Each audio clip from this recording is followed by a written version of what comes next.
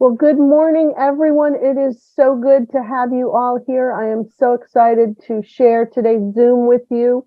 I'm Barbara Tritz. I am chair of the Biological Dental Hygiene Committee at the IAOMT, and I welcome you to our Saturday Zoom Learn and Earn class. I want to just a few housekeeping things. Make sure that you are on mute, and this is recorded, and we will, as soon as Randall edits it, it will be on the website under resources, under professional, then resources and webinars. So you're welcome to view it again.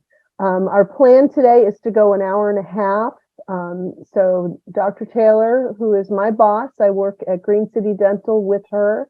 And so she's added some slides. So we're going to target an hour and 15 minutes and then 15 minutes for questions.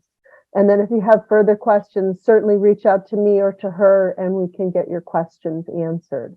So I welcome all of you.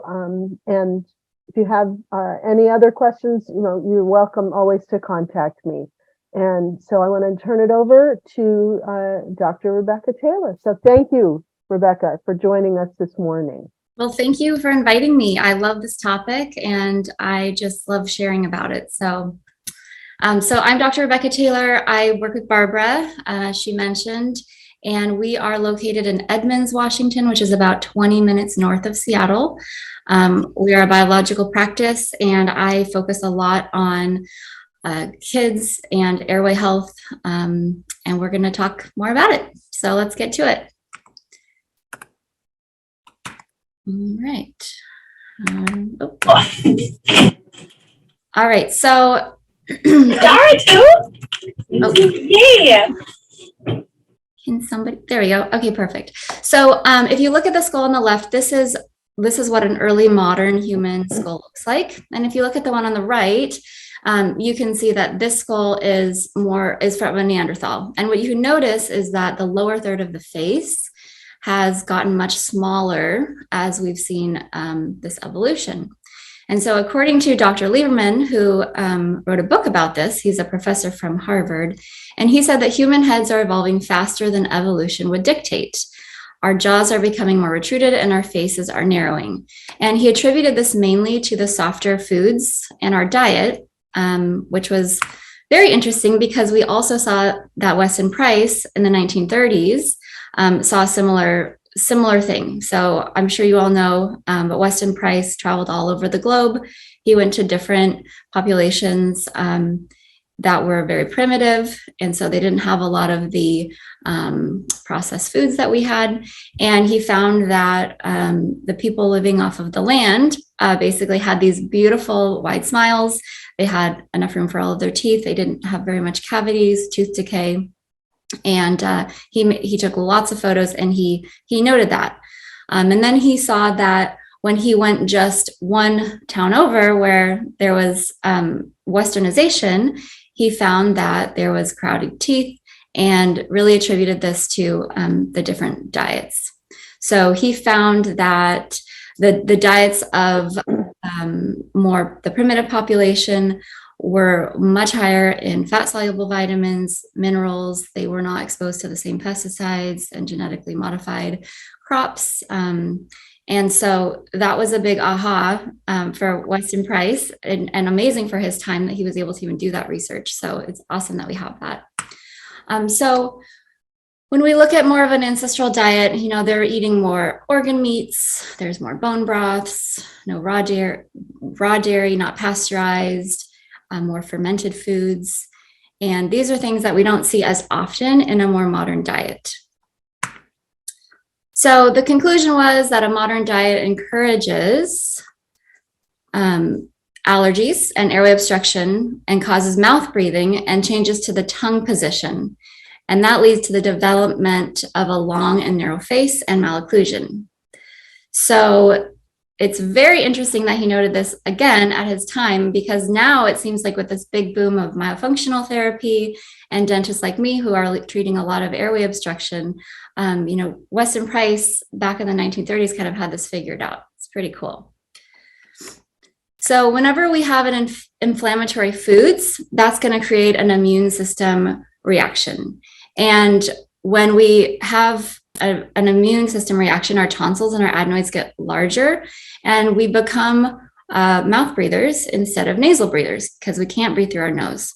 And so what happens is that the tongue then goes down into a lower resting position, and this actually compromises our facial growth and development.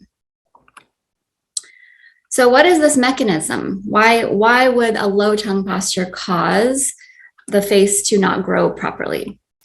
So when we look at the facial development, I always tell patients that it's kind of like a tug of war. So when the tongue should be pushing up in the palate, it should be nicely suctioned and lots of force up in the palate. And then the buccinator muscles, which are the cheek muscles, they are pushing in. And so as kids are growing and growing through their growth spurts and their growth and development, we're going to see that there's a tug of war between the buccinator muscles pushing in and the tongue being suctioned up in the palate.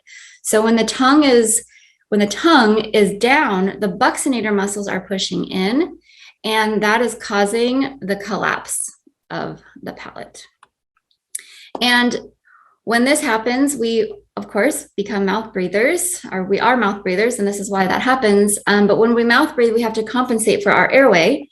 And so we tend to put our head forward so that we can breathe better.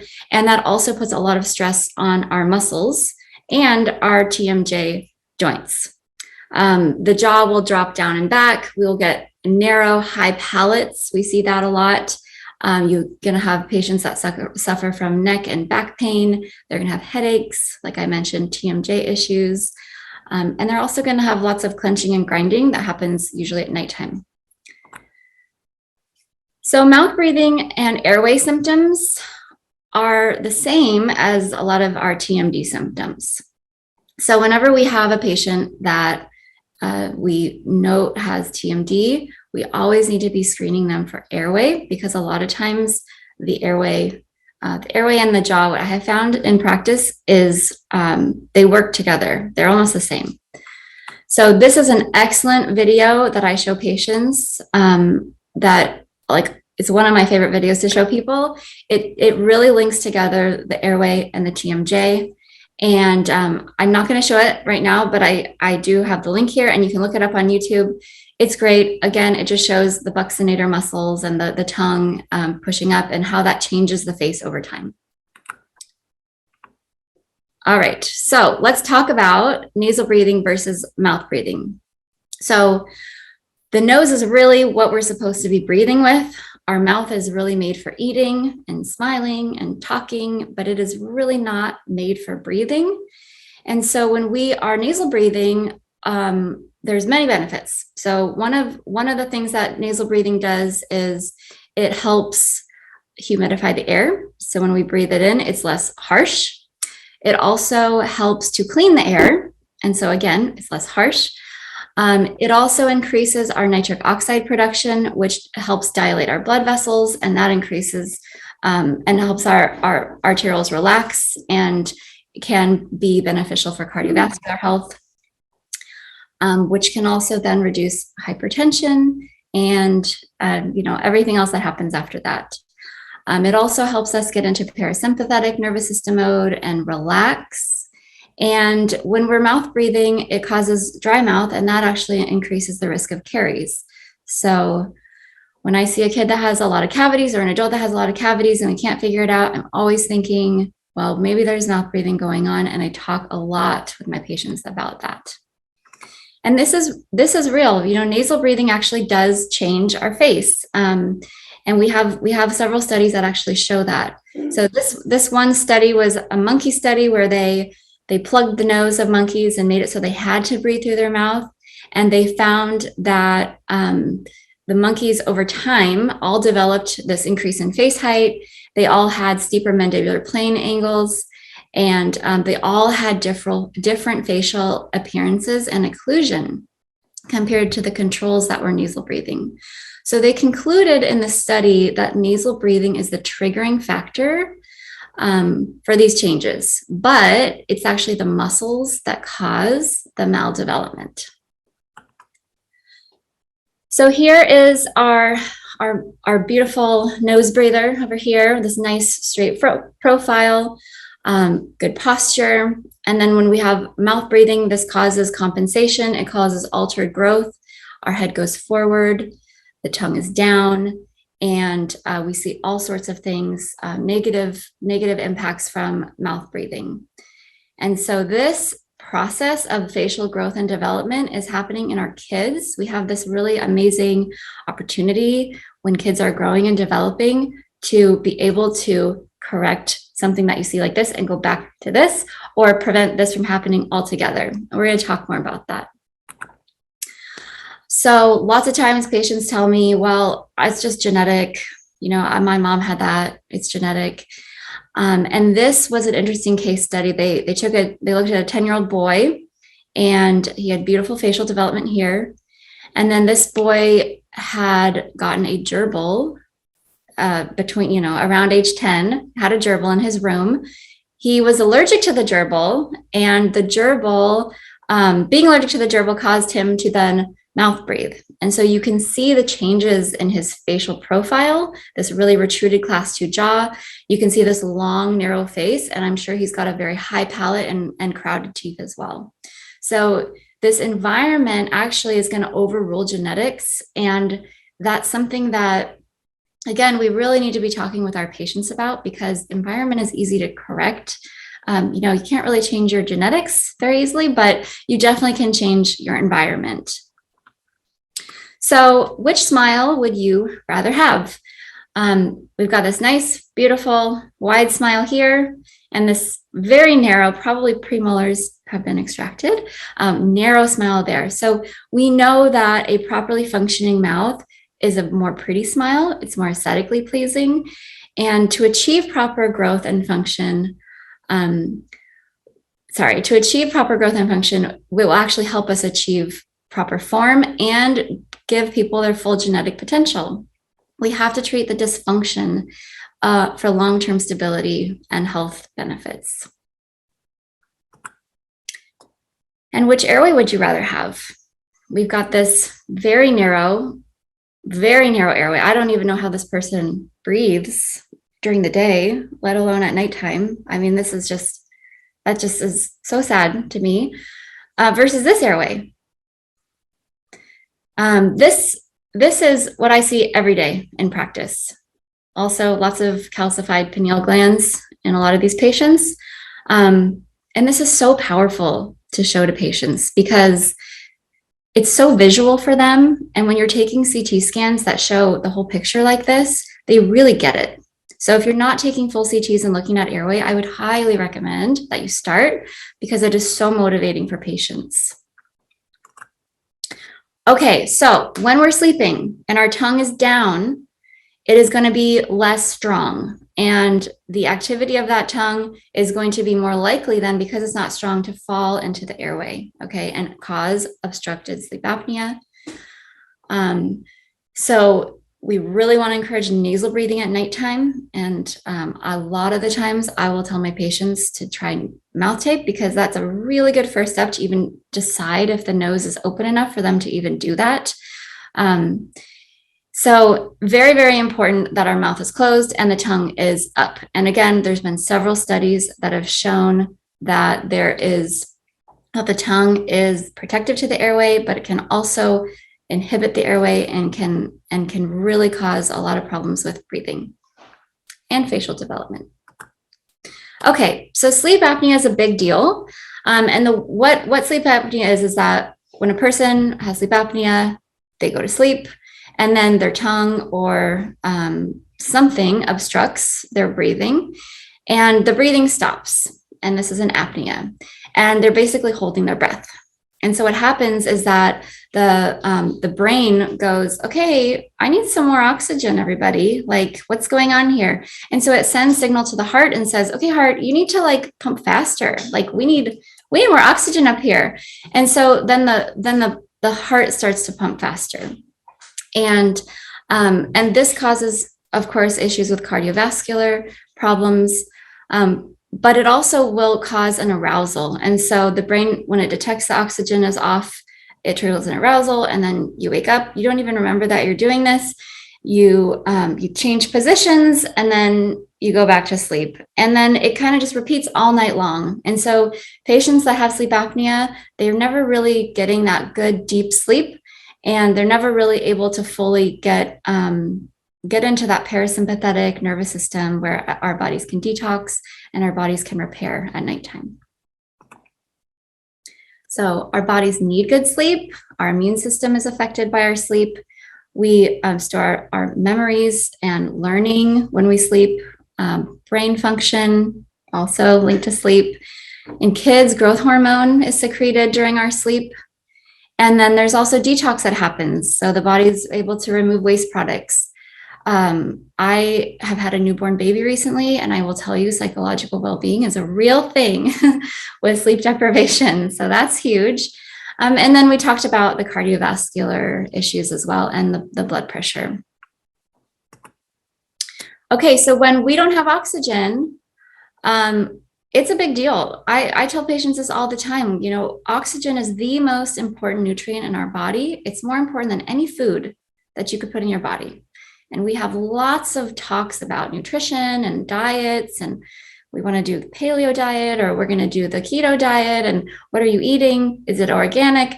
Lots of talk about food, lots of talk about good water, but we really don't have a lot of talk about oxygen and how important it is.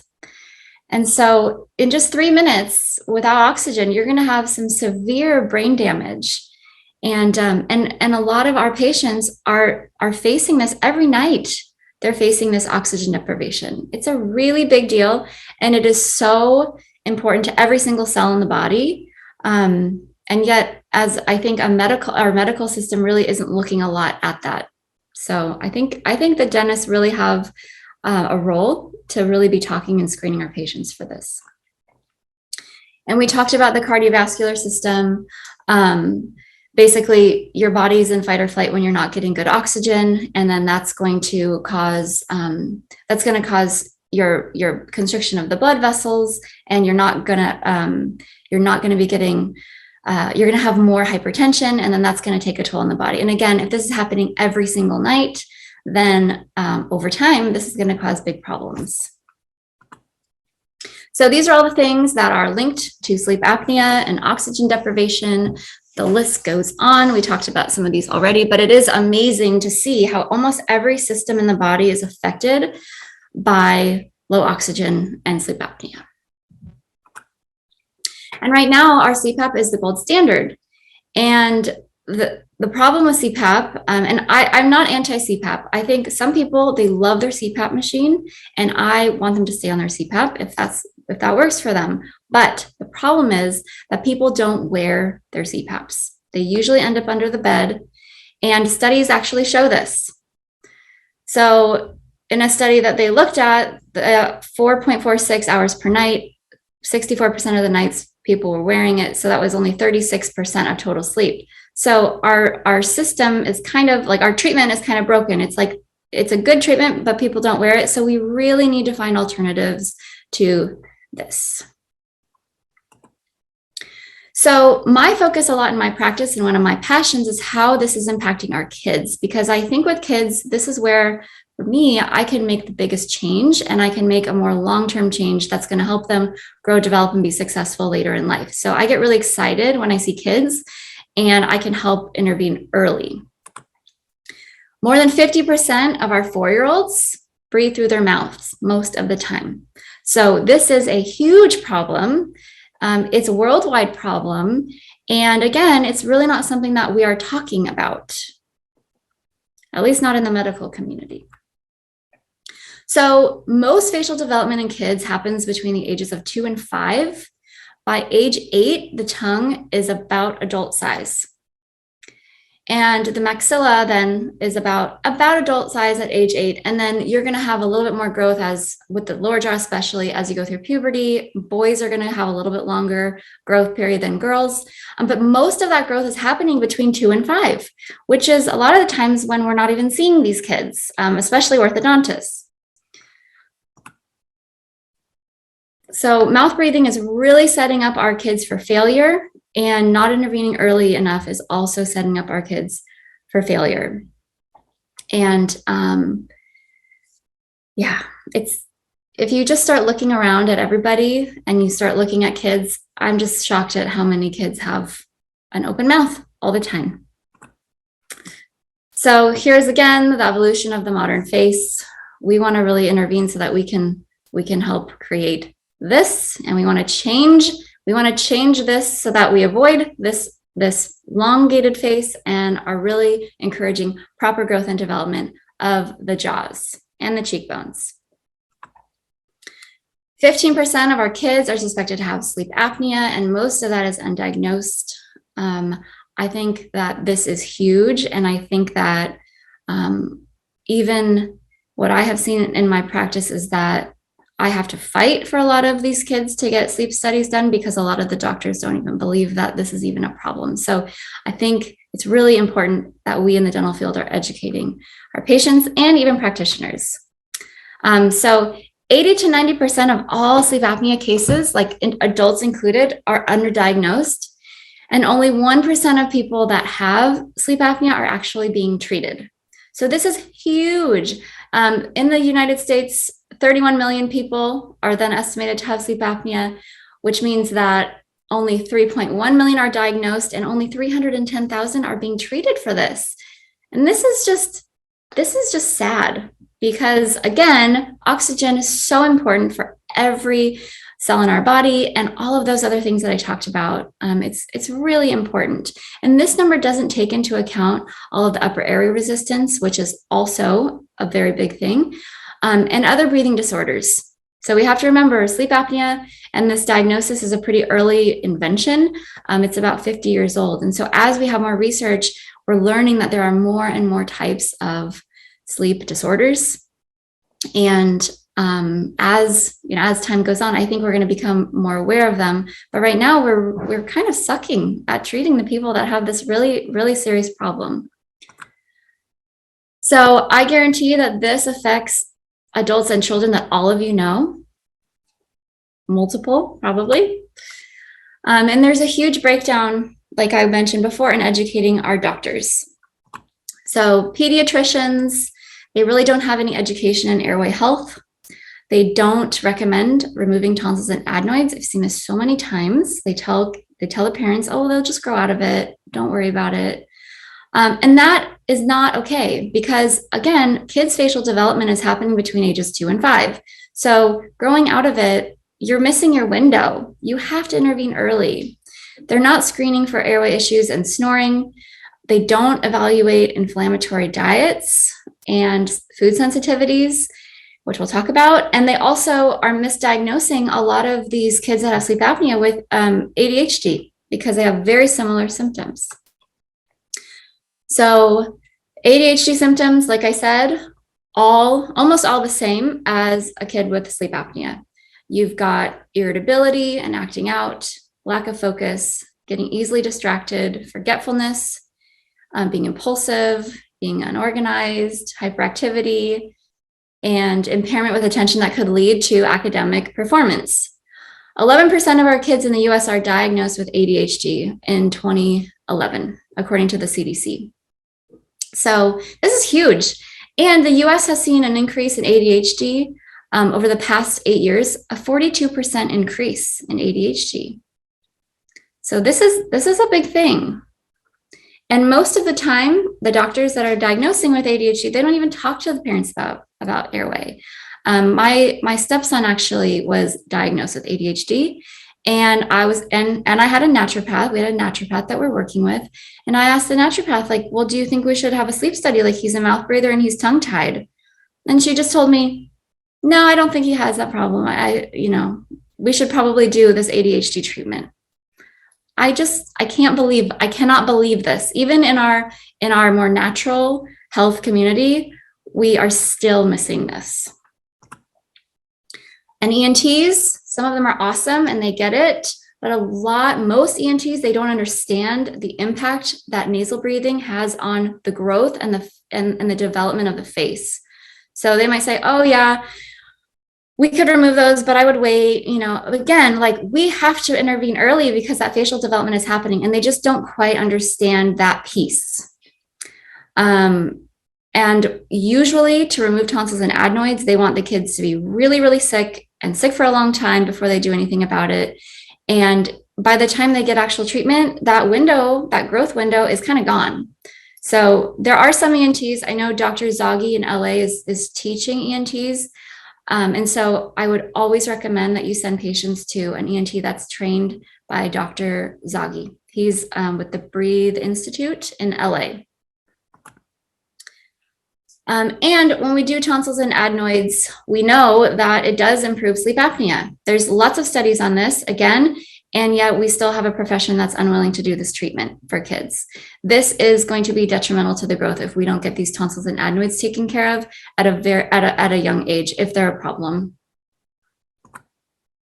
And what about the food? Ooh, this is one of my favorite topics. There are several studies that link tonsils and upper airway obstruction to food allergies, and are recommending early prevention by eliminating inflammatory foods. Half of kids that have IgG to foods also have enlarged adenoids. So we have to make sure that we are talking about food with our patients and testing for foods, because this is huge. There's been several studies that show that food is linked to enlarged tonsils and adenoids. Some of the most inflammatory foods are like milk and eggs and gluten. Of course, all of those foods kids love. If you go to any restaurant, you know, the kids menu always has gluten and dairy and milk, milk, eggs, and gluten, always. So it's not fun to change diets, but it really is something that we need to be talking with our patients about. And dentists, we need to get better at this, because lots of us don't talk about patients about any of this stuff. Only 75% of dental schools have any education in sleep apnea, and especially how it relates to kids and the urgency of treating it when you're dealing with a kid that's growing and developing. We don't understand the urgency of treating early and the impact that our treatment can have on kids early on. And we don't really understand the benefit of breathing through our nose, and we don't know how to screen. And nobody really taught us. So like, it's actually not on dentists. I mean, it really is on our education. And we're referring to orthodontists too late. So most dentists in airway medicine are treating with just mandibular advancement appliances. They're treating only adults. And that's really not addressing the root cause and changing the root cause of this problem, which is why I love working with kids. It's still a Band-Aid type of method using a mandibular advancement appliance. And a lot of dentists are making a lot of these patients night guards because they're not screening for airway issues. And studies show that night guards can actually cause the jaw to become more protruded during sleep, and it can cause sleep apnea. So as dentists, we need to get better at diagnosing. We need to get better at screening patients and then recommending the appropriate treatment that's not going to hurt their airway. So this is actually my stepdaughter. This is Belle. I met her when she was 7. And this is what her mouth looked like. So she has, these are canines, her baby canines. She had all of her lower anteriors, but you can't see them really. And no room for laterals. She was seeing a pediatric dentist religiously since she was a baby. And a dentist never recommended that she see an orthodontist. And they never recommended that she have any kind of intervention. They said, well, eventually she'll need braces, but she's too young now and I wouldn't worry about it. So what's going to happen with this girl if we don't do intervention? What is going to happen to her? She's probably facing extraction, a lot of orthodontics, and not a very good profile at the end, most likely. She's probably going to have TMJ issues, and she did have snoring that I identified, and just chronic open mouth. So it's really important. Again, I go back to the dentists, it's not on the dentist. It really is on our education and screening and talking with our patients about it. And her medical doctor too. Her medical doctor I never looked in her mouth and didn't notice any of this stuff either. So this is going to set her up to have less confidence in life, and it could affect her academic performance if she does have sleep apnea. So this is really life-changing for kids. And traditional orthodontics, this is really not addressing the underlying dysfunction and the cause. So whenever I see crowded teeth, I'm always asking myself, why do we have these crowded teeth? Why? Why do we have the crowded teeth? And we have to treat the why, because after we do our orthodontic treatment, if we don't correct the why, then we're going to have more relapse. And then we're really not helping the patient fix and treat the problem. So we have to treat more upstream. Braces are not addressing the underlying dysfunction, like I said, and the cause of our underdevelopment. So most orthodontists want to see kids between 6 and 10. A lot of them want to see them when all of the adult teeth have come in. And by this time, it is too late. It is too late. We can still do stuff with kids that are of that age, but it's so much easier and so much better if we can intervene early and help facilitate proper growth and development during that development timeline. So we have to start looking at the bigger picture here. This is a great video. The story of headgear, I show this to a lot of patients too. It shows how premolar extractions are going to cause the face to morph back. And it's, again, very visual for patients, and parents really get it when you show them this video. So I'm not going to play it, but you should go watch it offline. So, I guess it wants to play. Okay, so how do we screen our patients, and what do we look for as dentists? So this is what proper development looks like. We should have room for all 32 of our teeth. We should have a nice wide U-shaped arch that fits the tongue. And we should have a nice facial profile, a nice straight facial profile. Lips should always be together, and we should have good posture. I like to measure the intermolar width between the lingual mesial cusp here, the first upper molar, I guess that's here, to here. And that width should be about 38 to 42 millimeters, ideally. I care less about the number and more about if the tongue can fit. But I always am measuring this on every new patient. Every new patient, I measure the intermolar width because I want to know, is there enough room for the tongue? And a fun thing I do with patients is I'll measure their intermolar width. Then I will have them stick their tongue out and I'll measure their tongue. And I will show them the difference between the numbers. I'll say, wow, your tongue is 40 millimeters wide, but your palate's only 32 millimeters. And they're like, how is that a thing? And that's, again, a very visual thing for them. And they start to kind of go, oh my gosh, my tongue really doesn't fit in my mouth. So that's fun. In kids, we want to look at, does this child have an open mouth during their sleep or during the day? Do they have constriction when they're breathing? Are they making noise when they're breathing?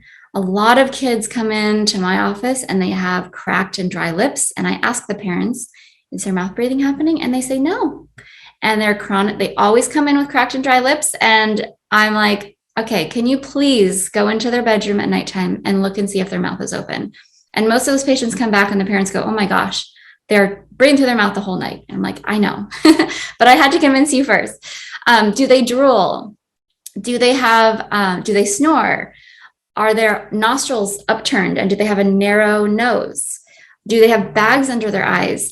Bags under their eyes are huge. And a lot of our naturopaths that we work with attribute bags under the eyes to histamine reaction from foods. So they're always saying, oh, there's a histamine response, we need to treat the foods. That's true, but it also can be from this lack of sleep.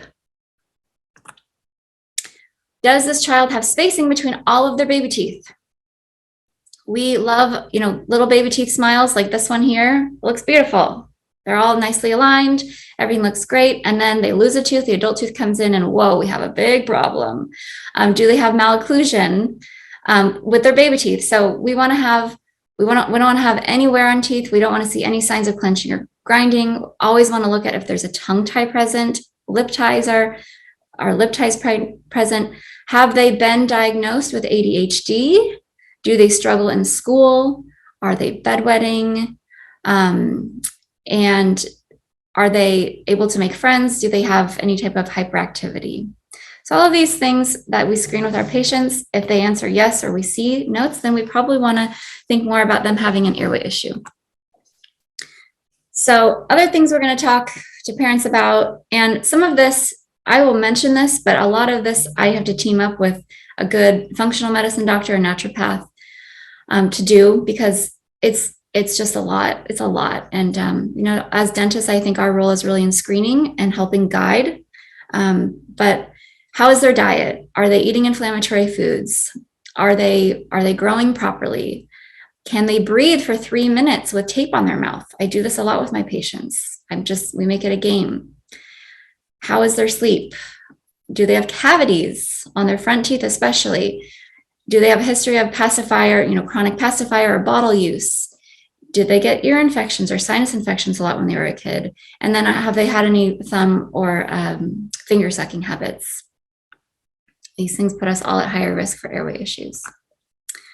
So if yes to any of these, we have to suspect potential airway issues, and we have to know where to send patients so that they can have the proper diagnosis and treatment if necessary.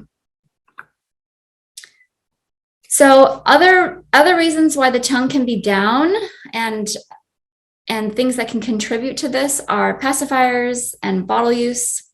We're seeing less breastfeeding these days. We're seeing thumb sucking habits, and then tongue ties are becoming a big thing. This is going to cause the tongue to rest more down, and it's not going to promote the tongue to be up in the palate, which is going to help with growth and development of the face.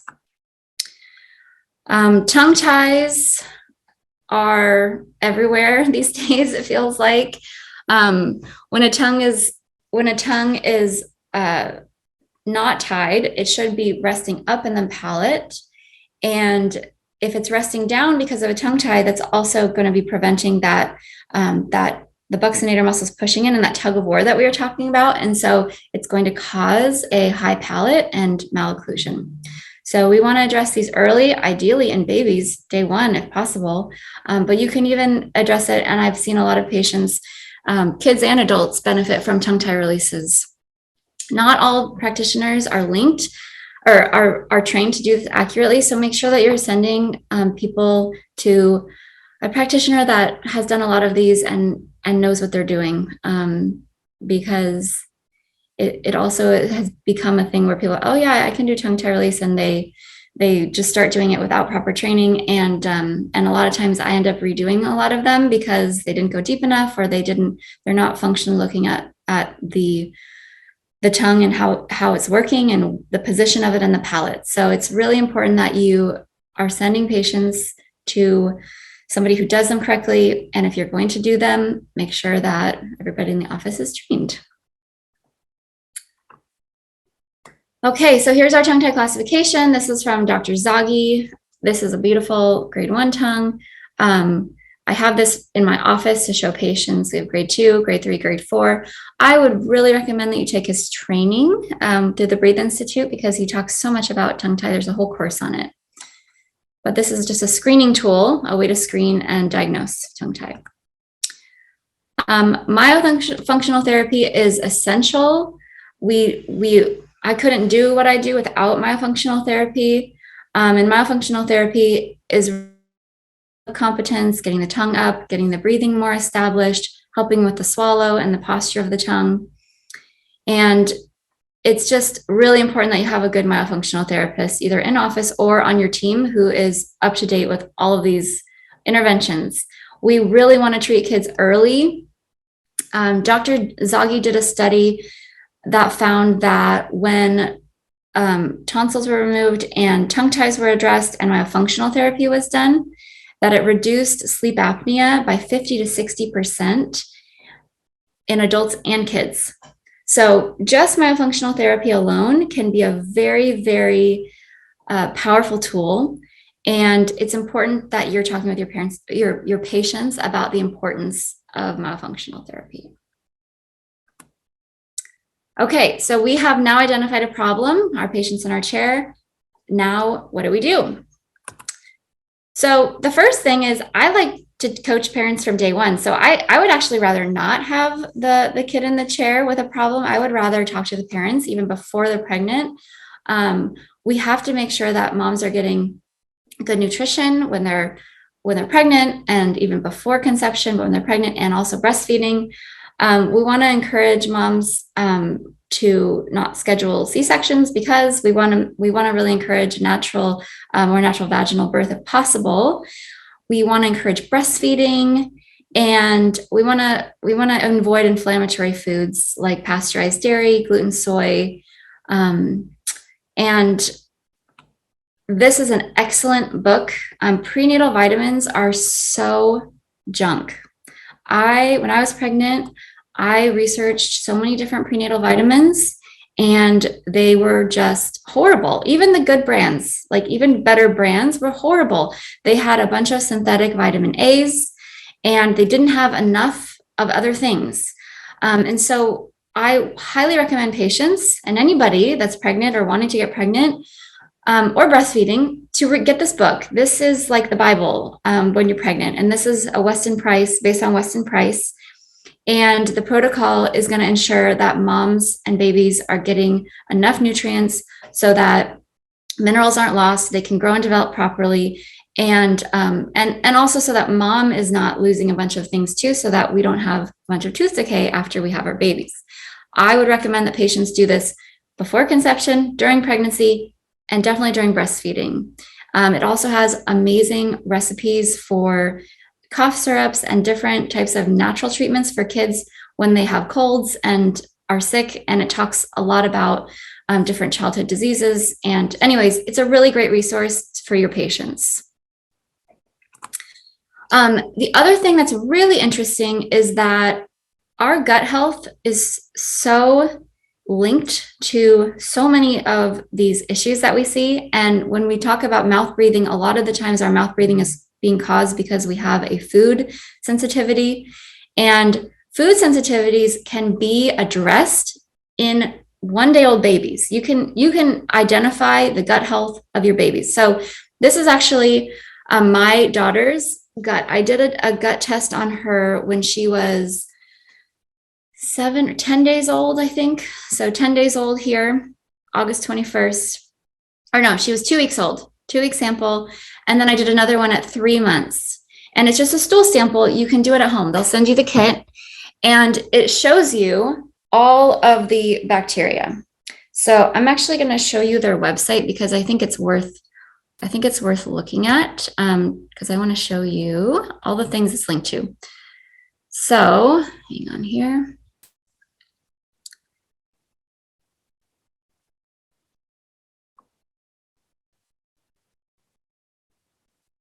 Okay, so when you do the test, this is the results page that you get.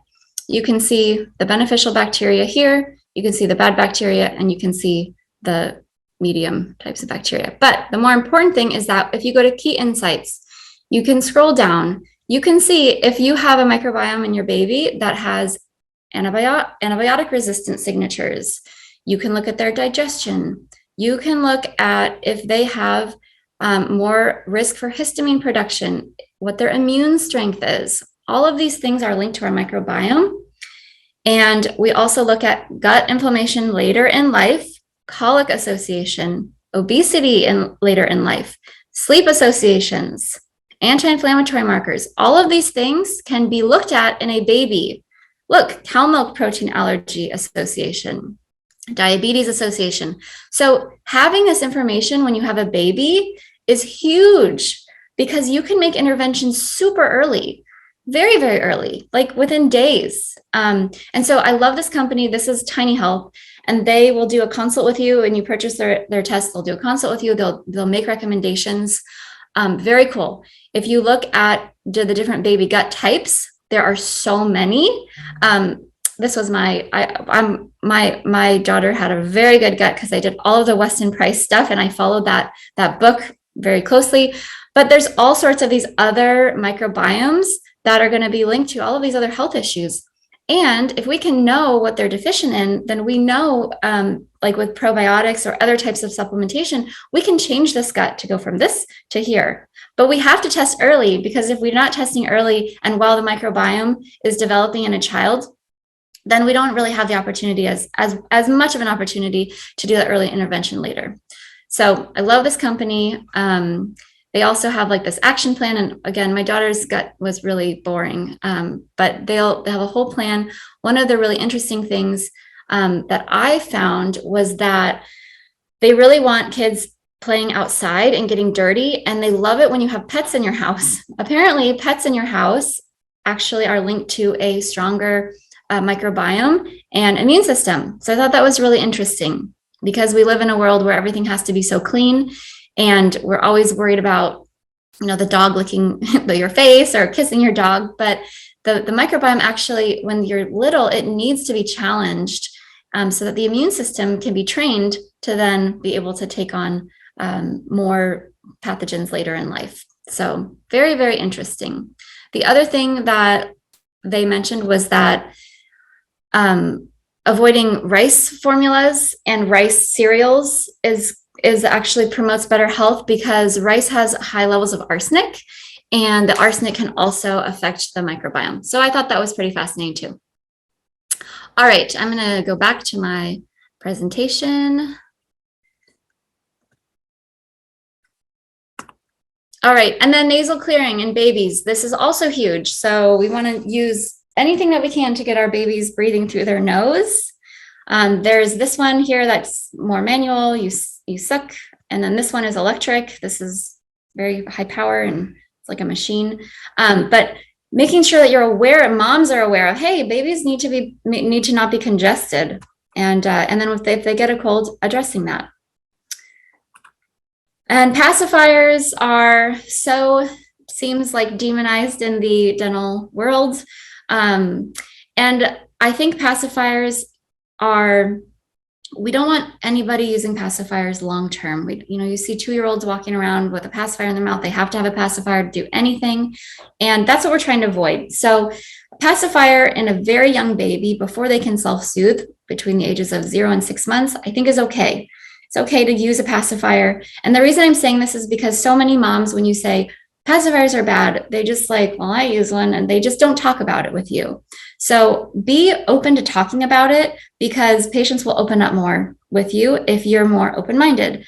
So my view on pacifiers is that pacifiers are a great tool in the beginning when the baby is learning how to self-soothe, but around 6 months or so, as the baby transitions and is able to self-soothe more, we can start to phase pacifiers out. So the goal is really to not have to use the pacifier after about 6 months of age. And babies should sleep with their lips closed. This is my daughter and a little video that I made that I will play. Let's see.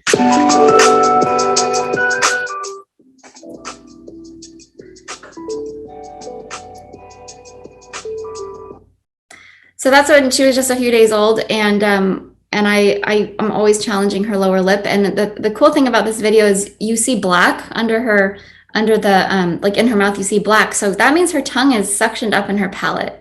And so this is really cool. And when I posted this, a lot of people commented and said, oh, well, my baby sleeps with their mouth open and snores a little bit, And so I think it's cool. This video is cool because it really shows you what a baby should look like, especially when you pull the lip down when they're sleeping. Okay, so let's talk about some treatment options. Most of the time I don't get to see babies, and I don't get to see moms before they have babies. And so parents bring their kids into me when there's a problem. And so let's talk about kids treatment. So first, we need to lay the foundation with these patients. We need to talk to them about food and nutrition, maybe recommend the gut test based on their symptoms. I like to work with a naturopath or a functional medicine doctor who's on board with these things. We talk about nasal hygiene, different sprays, essential oils, sleep hygiene, recommend a sleep study if you think that they have sleep apnea. SnoreLab is also an excellent app that you can have them do at home so that you can help screen to see if there's a problem. Nose clearing in babies and kids is huge, and most people are scared of it. So this is I love this video. I show it to lots of patients, and it makes them feel better.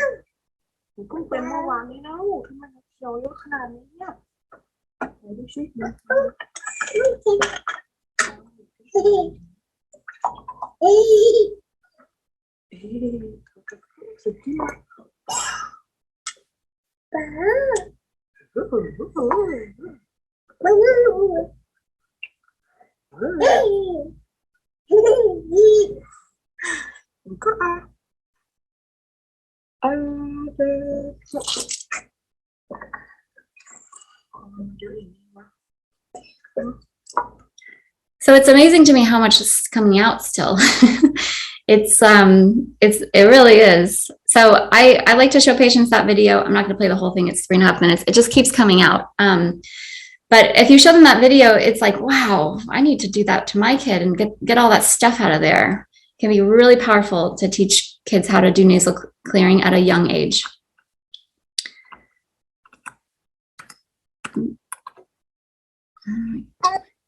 Okay, so the second is that we need to treat the dysfunction. We need to look at the dysfunctional habits and we need to identify them and we need to treat them. So we need to focus a lot on nasal breathing. I like referring people for Buchenko breathing, and Patrick McEwen has some great videos online that I will send to patients. I like working with myofunctional therapists. I work with my ENT to evaluate the tonsils and the adenoids. We're going to evaluate the lip and the tongue ties and release them if necessary. And then we also may refer them to an osteopath or a chiropractor or a cranial sacral person for referral, depending on what we find. So a lot of times with kids that come in like this, I am having to play catch up with the growth. So the treatment that I would recommend is let's get you caught up to growth. You should be more developed than now. There should be room for laterals here, and there's not. So we kind of need to speed this up and get you ready for growth so that the teeth have room to come in. So we're doing a lot of expansion with these kids to catch them up to growth, but that's not necessarily treating the underlying cause. So we have to combine both of those methods to be successful. So there's lots of kind of expansion, a lot of them. Studies show that just expansion alone improves nasal breathing and snoring and sleep apnea. So expansion is a treatment for sleep apnea. It also shows that expansion alone improves bedwetting in kids. So there's real science behind this. And when you're talking with your patients about this, it's great to show them these studies because a lot of times parents, they want to see that, oh yeah, this is a treatment that will help. And there's, like I said, there's lots of different kinds of expanders. You have to talk with your patients about their lifestyle and look at their mouth and determine where they need growth and development, and then pick your expander based on that. There is no one size fits all. It drives me crazy in the dental profession how we go to one class and they just talk about one expander and that's the expander and it treats everybody and everybody should have that one. And the reality is we have so many tools and so many expanders in our toolbox, and we should really be using all of them because they all have a purpose for different kids and different scenarios. So try not to get so stuck on one appliance, because what I have found, because that's how I started, was that a lot of appliances, it is not one size fits all. And we have to pick our appliances based on our patients and what they need. Okay, so here's Belle, is my stepdaughter. This is her when I met her at seven years old. And we expanded her for 6 months, and this is now what she looks like. So this girl is going to be set up so much better. She's now got room for her laterals. But not only that, we identified that she had a milk sensitivity, or a dairy sensitivity, which was contributing to her mouth breathing. We got her nose cleared. We did neti flow every night and every morning. We did X-Clear nasal spray. We treated her nasal breathing with myofunctional therapy. We did mouth tape at nighttime, and we got her tongue up in her palate, along with catching her up to her growth. So she's now 8 years old. This is what an 8-year-old mouth should look like. It should have space for the laterals. It should have space for these teeth. We did buildups on her back baby molars to increase her vertical so that we reduce the deep bite, and we're able to bring her jaw more forward. That's going to encourage a forward growing jaw instead of this, where we're locking everything back. So I really, truly believe that we saved this girl, and I think that we changed the way that she would have looked. If we would have kept her here and done orthodontics when she was 10, 11, 12, we would not have this big, beautiful, wide smile. And I think that facially, she would not look as good cosmetically, and she also would have a bunch of health issues that go along with that. So we have to remember that dysfunction in our kids and babies leads to dysfunction in adults. This is why we have to treat babies and kids, because they will turn into adults, and adults are harder to treat. Not impossible, but harder. So early intervention is key. We have to establish proper function, and we have to make sure we are catching these kids up to growth. So 4 pillars of proper function: tongue up, lips together, teeth slightly apart, and breathing through the nose and the nose only. This is Cole. This is my stepson. He's 4 when I met him. And Cole is a very cute kid when I met him. But look at his teeth. What do we see? We see no spacing. And if you dig deeper, we see that he's always got his mouth open. His lips have no strength. He's got baby teeth that are crowded, not just no spacing, but they're crowded. Bedwetting. He's got enlarged tonsils and adenoids, completely occluded sinuses. He's got a narrow airway on my CT scan. He has a dairy and gluten and chicken egg sensitivity, and he's a picky eater. And he has ADHD symptoms. So what are we going to do with this kid? Are we going to wait? Are we going to let him see the dentist every 6 months for prophies and then go see the orthodontist when he's 10 years old? No, not in my office. We are going to treat him right now. So this is his airway, or his radiology report. I have these done with every CT scan that I take. So look at this. He's got airway, narrow, tonsils and adenoids enlarged, sinuses completely occluded, high risk of obstructive sleep disorder breathing. How come his doctor didn't see this? How come his dentist didn't see this? This is big. We have to treat now. And by the way, this can be done in adults too. It's much harder. This is his dad, my now husband. They're trickier. So Patrick, my husband, snored. And on our first date, he said, "Oh my gosh, I need to have this treatment done because I snore." And I was like, "Yes, we do." So we did some expansion on him. We also did nightlays, and we were able to give him this much wider smile and look at his profile. Look at how it changed. He's got a much healthier airway, and he's not snoring anymore, which benefits me because I have to sleep next to him now. So he also had high blood pressure when he was very young, like in his 20s, was diagnosed with high blood pressure. So as I worked with him and we dug deeper, and he also had IBS type of symptoms when he was very young. So as we dug deeper, we identified that he had a milk and dairy sensitivity, and his whole childhood he was fed milk formula. And so when we started to treat all of these things and eliminate dairy and got his airway better and did some other, lifestyle changes, his blood pressure went down and he no longer has to take blood pressure medication at all. And all of his IBS symptoms are gone.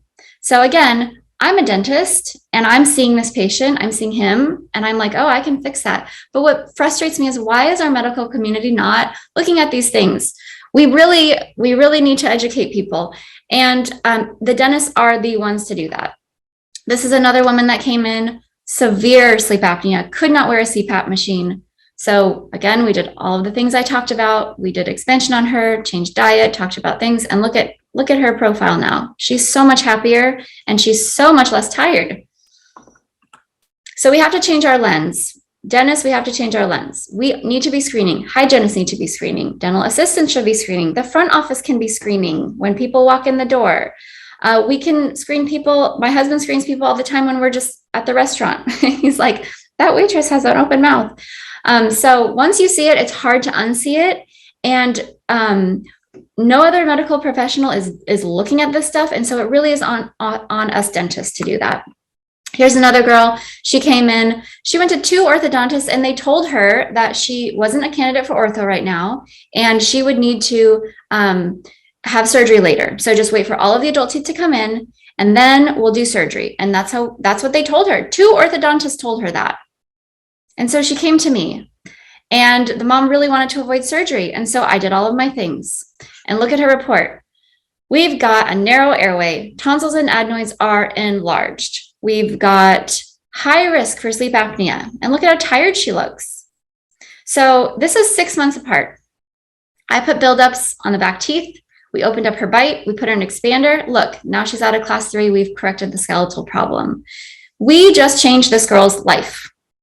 And look at her now. She's so much happier. She's more energetic. She's got more energy and she feels a lot more confident and doesn't have all of the other breathing issues that she had. So we've set her up now for life. So proper function trumps all. I recommend mouth tape to everybody. I do a lot of sleep studies in my office. And one of the things that I do is I have people do a sleep study with no mouth tape. And then I have them do a sleep study with mouth tape. And this lady came in to me because she was wearing a mandibular advancement appliance that a dentist had made her. And when she was wearing it, it was showing that she still had sleep apnea. And so I did my intake and I did all the things that I do. And I concluded that she was mouth breathing at nighttime and that it was a habit. I identified that it wasn't from her nose being obstructed. It was a habit. So I asked her just to do a sleep study with the mouth tape, just the mouth tape, not an appliance in her mouth at all. And just with the mouth tape, her sleep apnea resolved. So really amazing. It went from, well, I guess it didn't resolve. It was at 6, or it was mild. It was at 8.4, but it used to be moderate. I think it used to be like 17. So just the mouth tape with no mandibular advancement appliance change. This shows you how important and powerful proper function is. Okay, this is another kid. Look at these lips. Oh my gosh. Do you mouth breathe? Yes, definitely.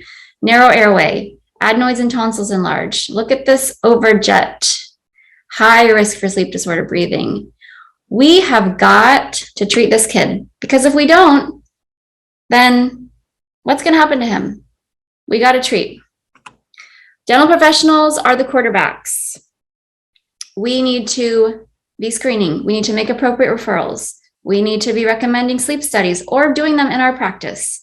We need to have a good myofunctional therapist. We need to recommend mouth taping at nighttime, nutritional counseling, and we need to expand. We need to catch these kids up to growth.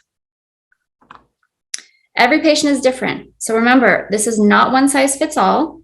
It's multidisciplinary, which I think is why airway medicine is intimidating to a lot of dentists and medical providers because we need a team to treat these people and these kids. It's not, you cannot do everything in your office. So the tongue, I'm going to talk a little bit about the spine because we didn't touch on that. So the tongue is in front of the spine or in front of the airway, and then behind the airway is the spine. And there are studies that show that just changing the upper cervical spine affects the volume of the airway. So with patients that have sleep apnea, I always am looking at their posture and their upper cervical spine. And if I suspect that there is an issue there, I am always referring to a chiropractor to evaluate that because that can play a huge impact. Tongue in front of the airway, but spine behind. Don't forget about the spine. This is a great example here. So this kid came in, again, super crowded, narrow airway, tonsils and adenoids enlarged, sinusitis, moderate risk for sleep disorder breathing. But look, I took this picture and look at his head. It's completely crooked. Does this kid need some chiropractic intervention? Yes. I'm going to do that chiropractic intervention along with my treatment, because as I'm expanding him, I really want everything to grow evenly. And if we have a kid that's like this and we're starting him out like that, do you think he's going to end like this? Yes. So we need other people that can help us. Other disciplinaries may be needed to pull in so we can really treat these patients. I like using MyoBrace on some cases. This is a great case that I have here. MyoBrace is great, but you have to wear it. It has to be worn all the time. Compliance has to be excellent. Here's another MyoBrace case. So it's time for change. I hope that I've inspired you guys to go screen your patients and have really driven the fact that early intervention is key. And that's really where we make the biggest changes. We need to change the way that we breathe. We need to change the way that we are talking with patients about airway issues. And we really need to start working together and be part of a team so that we can help improve the health of our patients and our kids. This is the next generation. So there's my step sign call. If we all work together, we can change the normal and we can greatly impact the health of the generations to come. So with that, I will pause and say, everybody breathe. And thank you for listening to my talk.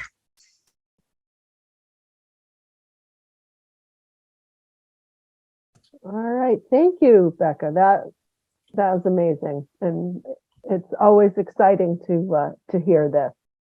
We had a couple of questions, and folks, if you want to join us and ask questions, Molly wanted to know what your is it Instagram handle is, so she can follow you on Instagram. Yes, I need to post things on Instagram. I have a TikTok right now, okay, and I'll be linking it to Instagram, but it's Dentist Mom Talk. So dentist and then talk is TOK, Dentist Mom Talk. And I'm going to be in this year, I'm really going to be diving in more to social media because, again, I think we just need to share this information. It's so important. It is.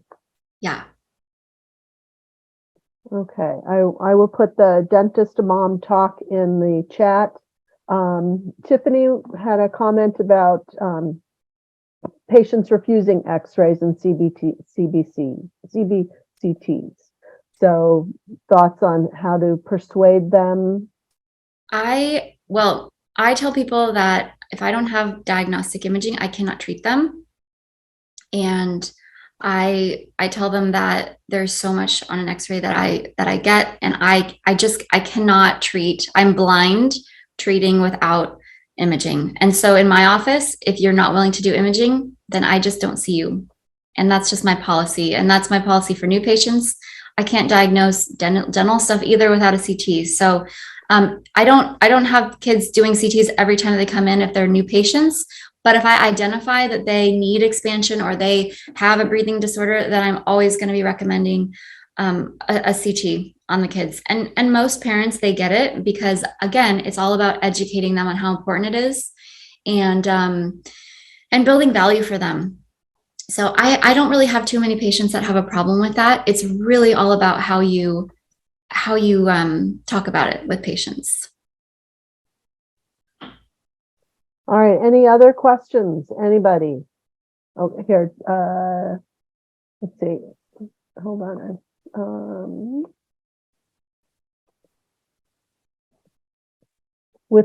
So Jen asked, with large tonsils, do you treat first to try and reduce them with ozone and things like that, or use other? If I have a 4-year-old patient that comes in, I mean, I've tried like lasering them. I have done some ozone, but ozone injections in a 4-year-old or a 5-year-old to tonsils is like not really going to work. In my hands, I have not been able to do that.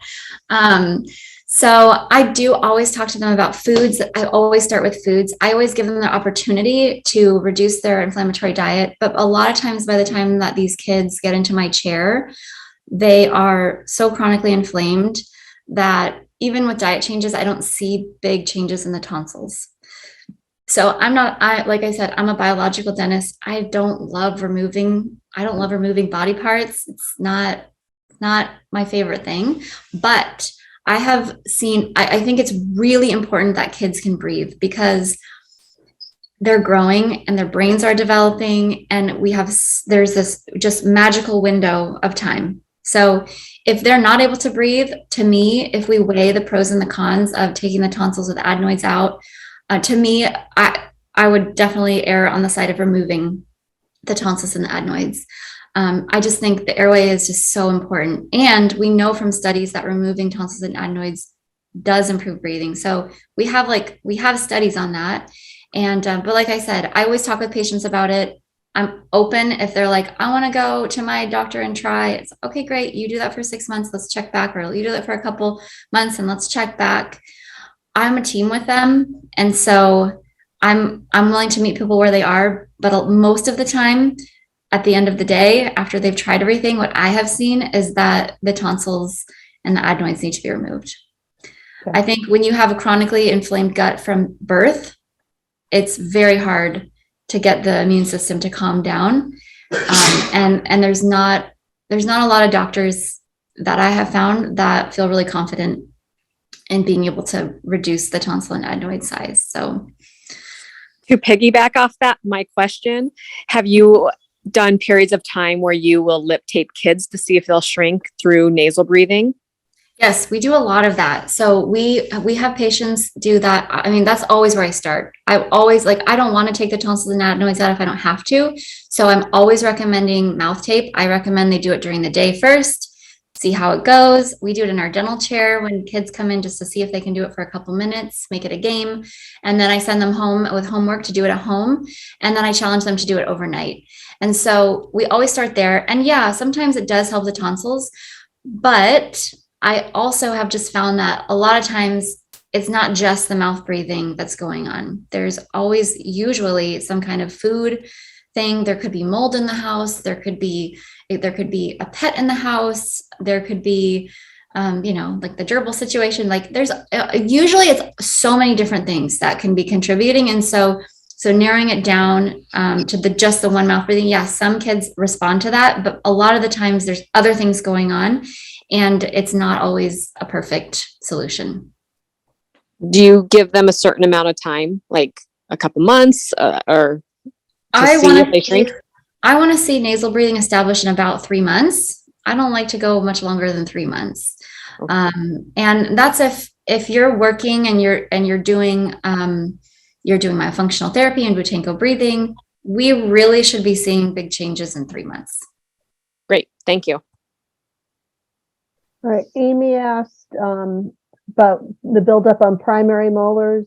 Mm-hmm. She likes that. And do you also do mandibular expansion? I do, yeah. So I love buildups. They are awesome. I do them almost on every kid. They're great for class 2, class 3, deep bites. I like them because it really encourages the jaw to come forward. And then what we do is we just keep those buildups on until the teeth fall out. So sometimes I have to add because they've ground some of them down. But really when you put those buildups on, then all of the other adult teeth that come up are going to come up to that new occlusal plane. And so you're really able to correct the vertical. And when I talk to patients and parents about this, I tell them, because some of them are like, oh, I don't want fillings in my kid's mouth or whatever. And I say, listen, like you can't really do this with an adult. It's not really possible. Changing vertical it is possible in adults. It's much harder. And you're going to have to do lots of orthodontic treatment. In kids though, because they're growing still and their teeth haven't come in fully, we can change that vertical with our buildups. So I love them.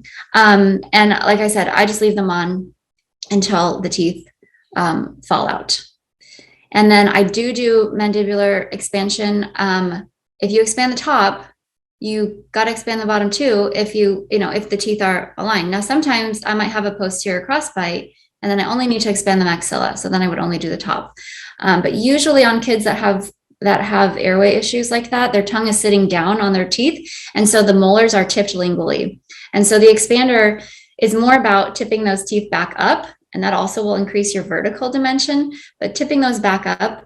And so, and just making sure that you're not creating a bite problem. So the nice thing about expanders in ortho is that it goes pretty slow. It goes fast, but slow. So you can kind of track people. And if they overexpand a little bit, you can take the expander out, you can have them relapse a little bit. Yeah, we want the teeth to be aligned. A lot of times too, with kids, if I catch them not super early, I will need to do a phase 2. And so a lot of times I will be putting them into straight wire or clear aligners. I'm not anti braces or ortho. I'm just anti not looking at the underlying cause, the dysfunction, and creating enough room in the palate. I think too many orthodontists are jumping into ortho without doing expansion, making room for the tongue, or talking about any of the things that we talked about. So. All right, and then Amy asked about what testing site for IgG sensitivity. So I like that Tiny Health, which is the gut health test.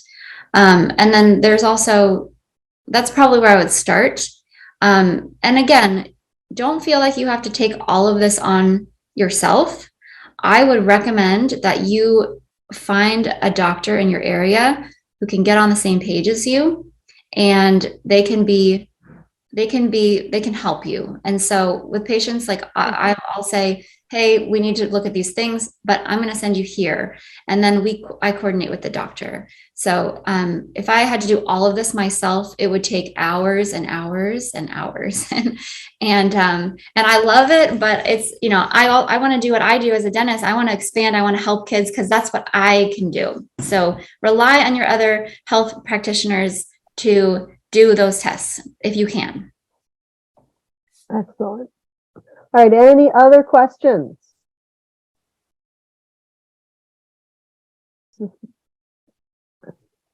Excellent. It was awesome.